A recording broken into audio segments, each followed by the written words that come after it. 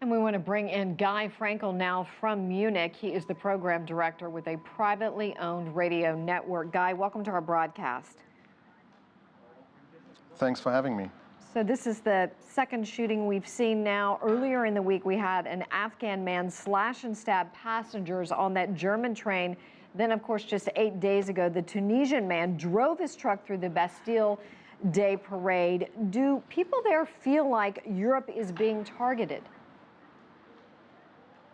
Definitely. Munich and Germany, the people are in shock, the people are in mourning the victims of these attacks. And it's a new dimension that we haven't seen, especially in Munich, which is a very open society, a very cultural city. And as you can see in the background, people came all day and were mourning the victims. Guy, reports say that this young man was bullied, that he played these violent video games, he had been treated for psychological problems, that he was fascinated even with mass shootings. The effects of ISIL, do you feel like it is actually having a boomerang effect on people living there? Well, this attack seems to have a different background. You just mentioned the psychological issues of the attacker, but generally people are scared. We have a lot of new people, immigrants moving into Germany, and the attack of the young Afghan, he was in Germany for not very long. So yes, people are scared that that the terror is coming to Germany. But do they feel like that all the violence around them, that there are these copycat outbreaks of violence based on what ISIL has started, regardless of the motivation?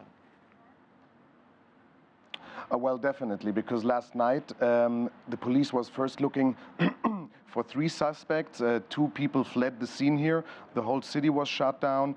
SWAT teams all over Germany were brought in, even from Austria, and it had a terror dimension. And as it cleared up later, the 2 other suspects that the police was looking for were just bystanders that were scared, but police reacted, and we all thought, at least until midnight, it was a terrorist attack.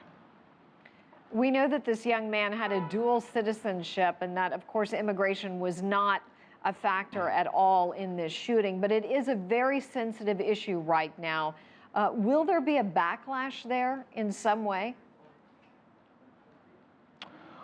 Well, you have some people in society and also more extreme politicians that tweeted it is a terror attack. This is what Germany has come to. But most of them have deleted their tweets because it was definitely wrong. The young man was born in Germany and lived here all his life.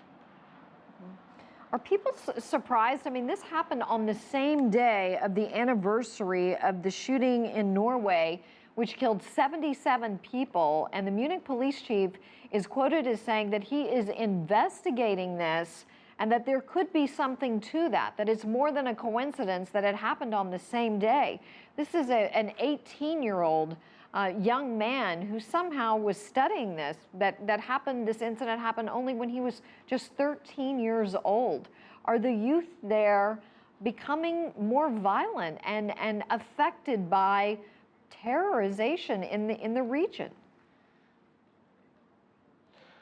Well, the police raided his room and confiscated a lot of newspapers and books about mass shooting, especially at schools. And the police assumes that there is a direct connection to the 5th anniversary of the Norway shooting.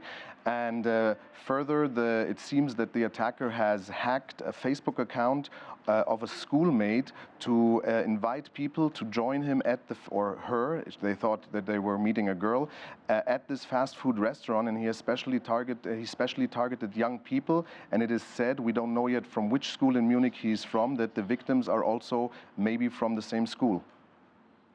Well, Guy Fraenkel, we certainly appreciate your time joining us